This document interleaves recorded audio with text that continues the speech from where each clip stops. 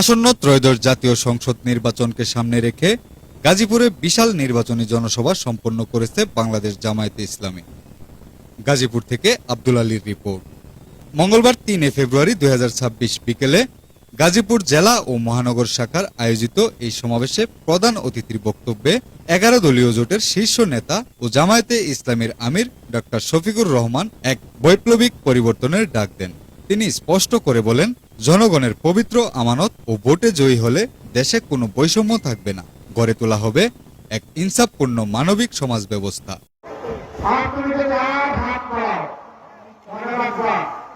মায়ের সন্তানেরা আগুন হয়ে চলে উঠবে।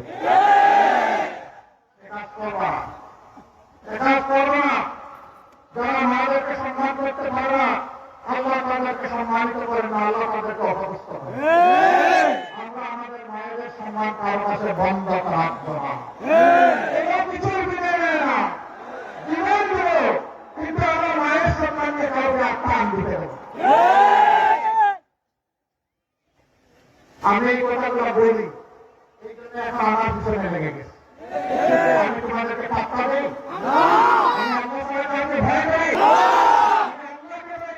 আমি চলি। তোমরা যা যা করো ওরা জবাব দেওয়ার মতো সময় আমার হাতে নাই। প্রত্যেকটা পরে কান্দাকান্দি করো, ভাই খাবে।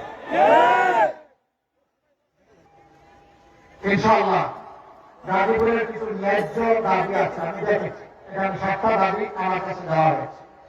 আরো কথা দিচ্ছি, ইনসাফের পথে আপনারা রায় দিন।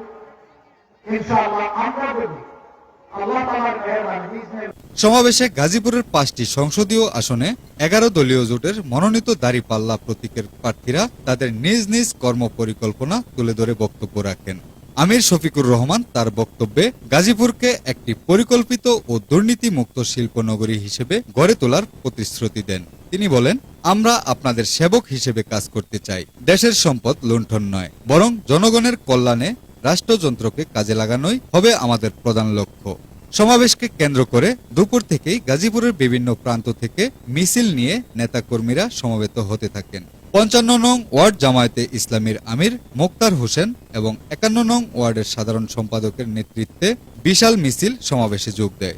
জেলা ও মহানগরের শীর্ষ পর্যায়ের নেতৃবৃন্দের উপস্থিতিতে জনসভাটি এক বিশাল গণসমুদ্রে পরিণত হয়।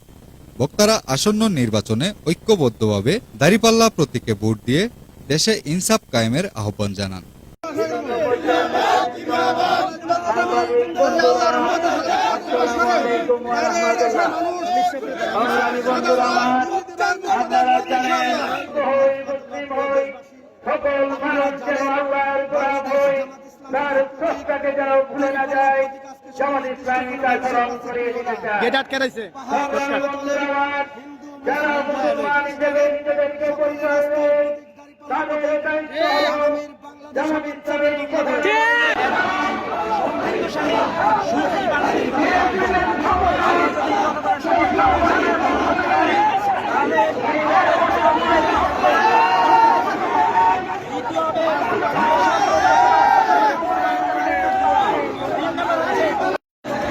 জুলাই যোদ্ধাবৃন্দ,